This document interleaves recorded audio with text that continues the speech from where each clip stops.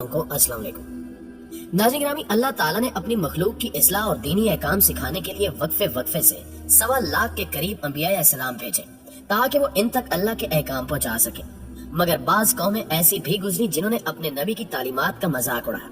जिनमें सर फहरिस्त यहूदी हैं, जिनका मौजूदा मस्कन इसराइल है।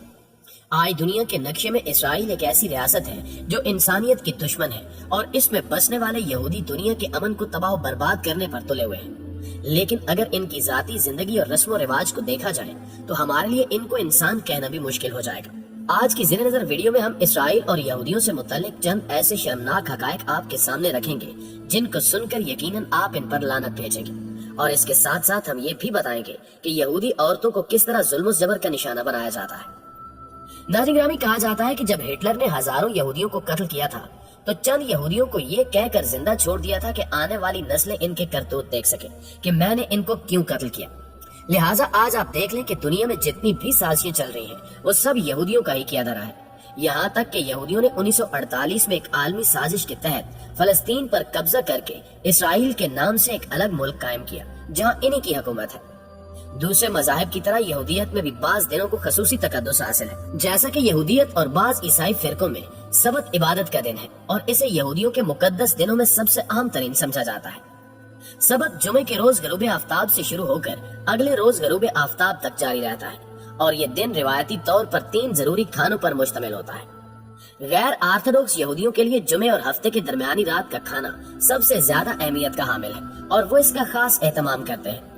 इस खाने का आगाज चाला रोटी से होता है जो बरकत के तौर पर खाई जाती है, जबकि सबत को अमन और पाकीज़गी का दिन समझा जाता है। इस रोज रिवायती तौर पर अच्छे कपड़े पहनने को अहमियत दी जाती है और बाज लोग पाकीज़गी की अलामत के तौर पर सफेद कपड़े पहनते हैं और जुमे की रात को घर में मोमबत्तियों को रोशन किया जाता है और सुबह सवेरे इबादतगाहों का रुख किया जाता है जहाँ इस दिन की मुनासबत से खसूसी इबादत की जाती है। इसके साथ साथ सख्त नजरियात के हामिल यहूदी उस रोज तंबाकू नोशी, आतिशबाजी, मेहनत मजदूरी और गाड़ियों में सफर करने से मना करते हैं। दोस्तों, अगर मजहब यहूदियत में शादी की बात की जाए तो यहूदियों में शादी का तरीका बहुत सादा और दिलचस्प है, जिसमें मंगनी का ऐलान शादी से पहले कर दिया जाता है। इनके नजदीक शादी के दिन रोजा रखने को मुस्तहसन समझा जाता है, जबकि शादी की रस्म सपैर को मजलिस में अदा की जाती है, जिसमें कम से कम 10 बालगों की मौजूदगी जरूरी समझी जाती है। मजलिस की इमारत में एक रेशमी कपड़े का शामियाना तैयार किया जाता है जिसमें दूल्हा दुल्हन के हमरा आता है, जिसके बाद यहूदी रब्बी यानी यहूदी आलम एक गिलास में शराब लेता है और ज़ौजैन के हक में दुआ करता है और उस गिलास को दूल्हा दुल्हन को दे देता है। ये लोग शराब चखते हैं और बाज औकात दूल्हा और दुल्हन ये शराब पी जाते हैं, और अगर दूल्हा और दुल्हन की झूठी शराब बच जाए तो यहूदी अकीदे के मुताबिक ये झूठी शराब उनको पिलाई जाती है जो या तो शादी करने से डरते हैं या वो नामर्दी की वजह से शादी से दूर भागते हैं। इनके अकीदे के मुताबिक अगर दूल्हा और दुल्हन की झूठी शराब किसी नामर्द को पिला दी जाए तो वो जल्द उस नामर्दी से छुटकारा पा जाता है। फिर दूल्हा दुल्हन की उंगली में अंगूठी पहनाते हुए इब्रानी जुबान में कहता है कि देखो, तुम इस उंगली के जरिए सैयदना मूसा अलैहिस्सलाम और इसराइल की रसूम के मुताबिक मेरे साथ मंसूब हो चुकी हो। फिर शादी के अहदनामे को आरामी जुबान में रब्बी बावाज़े बुलंद पड़ता है, जिसके बाद शराब का एक गिलास लेता है और दुआ करके फिर ज़ौजैन को देता है, जिसे वो दोनों चख लेते हैं।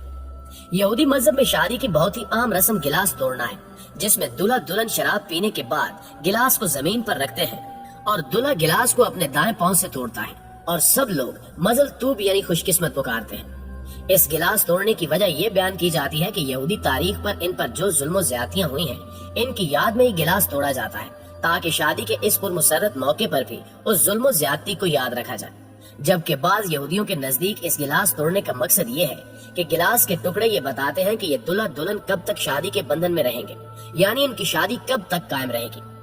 यहूदी शादी में निकाहनामा भी बहुत अहमियत का हामिल है। इसके बगैर शादी का तसव्वुर भी नहीं किया जा सकता। इस निकाहनामे को यहूदी इस्तिलाह में कतूबा कहा जाता है। इस निकाहनामे में दूल्हा ये अहद करता है कि वो अपनी बीवी को महर देगा जो तलाक या इसके मरने की सूरत में इसके काम आएगा, और वो ये भी अहद करता है कि वो अपनी बीवी को नानो नुफ्ता देगा और इसकी जिस्मानी ख्वाहिशात को भी पूरा करेगा। ये निकाहनामा हाज़रीन के सामने ऊंची आवाज से पढ़ा जाता है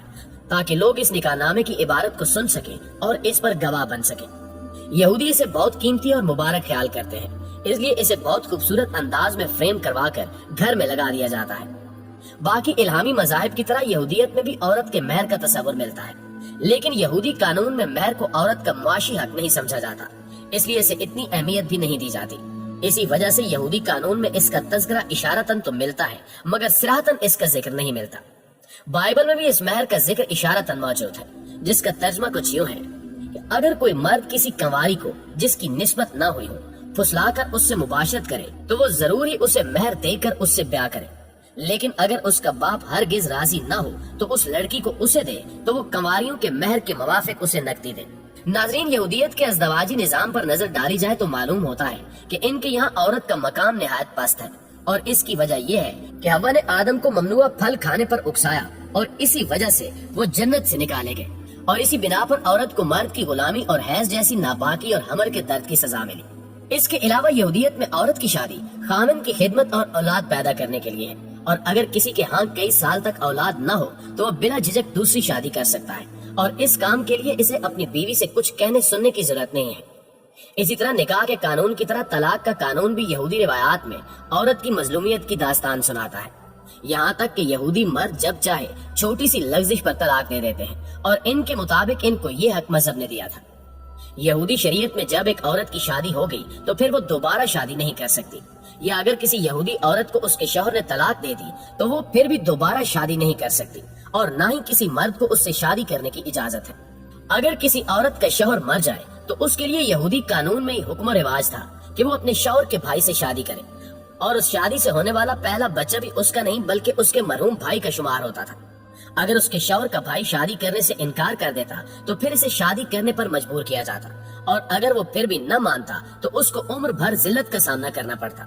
جبکہ دوسری جانب اسلام نے عورت کو مختلف نظریات اور تصورات کے محدود دائرے سے نکال کر بحیثیت انسان کے عورت کو مرد کے یکساں درجہ دیا۔ اسلام کے علاوہ باقی تمام تہذیبوں نے خصوصاً مغرب، جو آج عورت کی آزادی، عظمت اور معاشرے میں اس کے مقام و منصب دلوانے کا سہرا اپنے سر باندھتا ہے، لیکن اس معاشرے نے ہمیشہ عورت کے حقوق کو سبوتاژ کیا ہے اور عورت کو اپنی محکومہ اور مملوکہ بنا کر رکھا ہے۔